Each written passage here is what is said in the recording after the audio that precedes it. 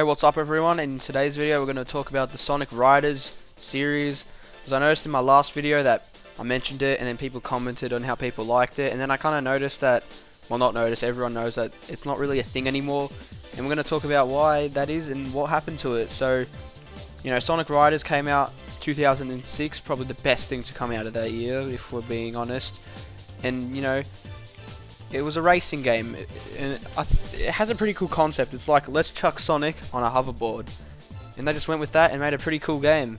I mean, I haven't played the original. I've played Zero Gravity before, and I didn't want to touch Free Riders because the Xbox Connect thingy, I don't want to use that because it's very unresponsive and unreliable. But so first we'll talk about the first Sonic Riders, which I reckon they introduced the Babylon Roads, which have kind of become a fan favorite. I don't know. The only one I know people like is probably Jet. The gameplay, which I'm showing on screen right now, is kind of like a racing game.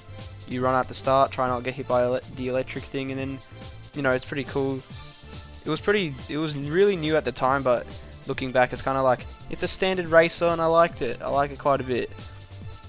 I mean, actually, yeah, you could play GameCube games on the Wii. I have played Riders. I've played Zero Gravity more, because that's just the one I used to have. I don't know what happened to my copy of it, but I played Zero Gravity. But I have played Riders before. I just remembered I had it a long time ago. But yeah, it was pretty interesting, you know. It had a very distinct art style.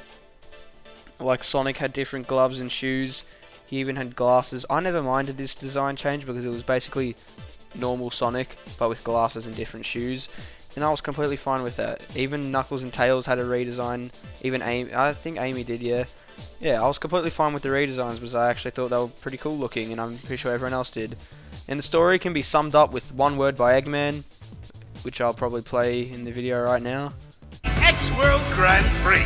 So he basically makes a World Grand Prix with everyone. I'm not going to say too much just in case you want to check it out for yourself, but yeah, it's pretty interesting. Just Google the cutscenes. So now we're going to talk about my personal favourite out of the three games, which is Sonic Riders Zero Gravity. It's basically the same as the first game, except with a, I think, better story in my opinion, with a new gimmick that I actually liked, and the game starts with a pretty banger opening cutscene, which I'll play. Brace yourself!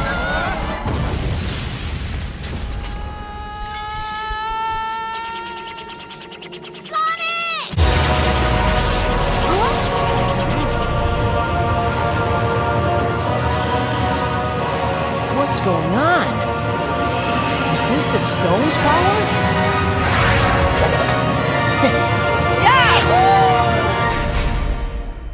So in terms of gameplay, it's basically the exact same except with the anti-gravity feature that allows you to take really tight corners, I think, based off of memory.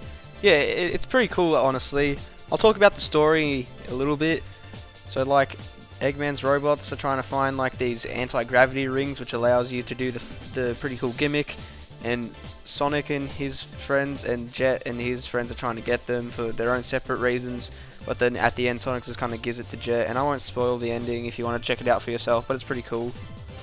So now we're going to talk about the last one in the 3-game series, Sonic Free Riders, which was on the Xbox Connect, which was Xbox's way of saying, hey, we can do motion controls too, and then it failed miserably.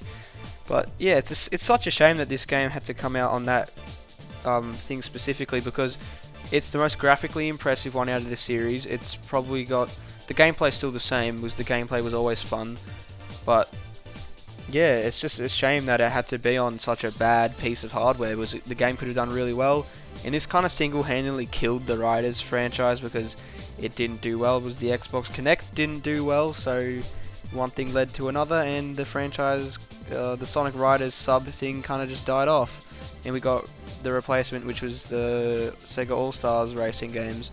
I mean, the Sega All-Stars games are really good. Like, I like all three of them, yeah, Team Sonic Racing's in that, yeah. They're all good games, but I would have preferred something original, which is Sonic on a hoverboard, which sounds really silly, but it actually was quite fun. But, you know, we might get a new game, maybe, but who knows? Whatever happens, happens. If you want to try these games out for yourselves, then they're not that hard to get. You could just emulate them. They're pretty easy. So I'll leave it there. Peace out and subscribe. Have a good one.